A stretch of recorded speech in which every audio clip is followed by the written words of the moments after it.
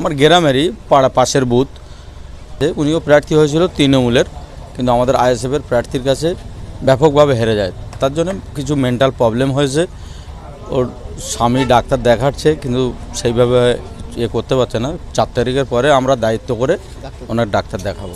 এই মুহূর্তে দাঁড়িয়ে আছি পলিরহাট 1 নম্বর অঞ্চলে। আর জানেন আজকে নওশাদ সিদ্দিকী সাহেবকে দেখে এক মহিলা জয় বাংলার স্লোগান দেয় এবং হাজার হাজার আইএসএফের যে কর্মী সমর্থক তারা কিন্তু নওশাদ সিদ্দিকী সাহেবের কথা মতো কিন্তু দাঁড়িয়ে থাকে একভাবে। সেই মহিলারা কিন্তু মহিলাটি জয় বাংলা বলে বার্তা দেয় এবং আমার পাশের মধ্যে দাঁড়িয়েছে ব্লক নেতৃত্ব উসমান সাহেব এবং অঞ্চল নেতৃত্ব, তার সঙ্গে আমরা কথা বলার চেষ্টা করব এবং কি বার্তা জানাচ্ছেন সরাসরি দেখতে থাকুন বিস্তারিত খবর আইএসএফ বাংলার পর্দায়।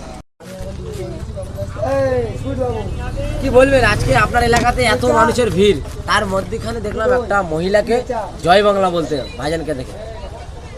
দেখো, মহিলা সম্পর্কে তাহলে কিছু বলি।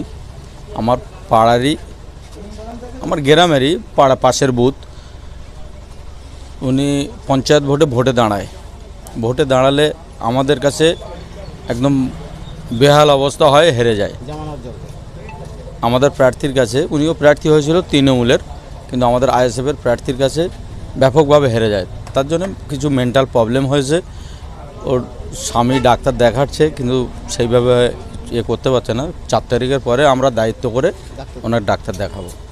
কি বলবেন, এত মানুষ, তার মধ্যে জয় বাংলা হলো আইএসএফের কোনো কর্মী সমর্থকরা কিছু না, মহিলারাও ছিল তো, তার উপরে তো একেবারে তাকে ধরতে পারতো। ওখানে তৃণমূলের কেউ নেই, শুধু উনিই আছে। ওনার মাথাটা খারাপ হয়ে গেছে বললাম না, যার জন্যই উনি বলে ফেলেছে।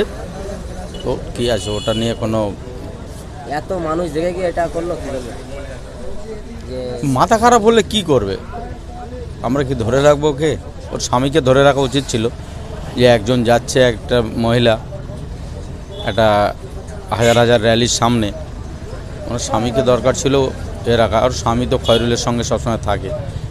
দেখুক চিন্তা ভাবনা করে, পরবর্তীতে যেন এর পায়ে শিকল দিয়ে দড়ি দিয়ে বেঁধে রাখতে পারে।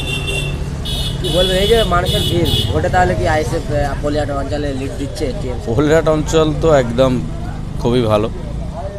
কর্মীদের কি বলবেন, এই যে রোদের মধ্যে বিনা টাকায় এত মানুষের ভিড়, সেটা এখানে আমাদের একটা হুজুর আছে, উনি চিন্তা করুক এই র্যালি দেখে যে ওনার 4 তারিখে ওনার কী হাল হতে পারে।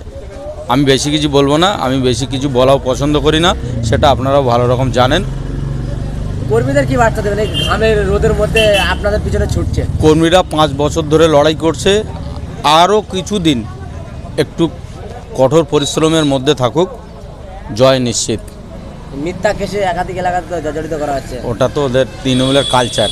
ভয় লাগছে না? আমরা ভয় করি না, আমাদের কর্মীরাও কেউ ভয় করে না। কেসের ভয় কি, পুলিশের ভয় কি, কারণ এরা সৎ পথে থাকে। সৎ পথে থাকলে কোনো জিনিসের ভয় লাগে না। তাহলে ভাঙড়ের বার্তা কি মানুষের?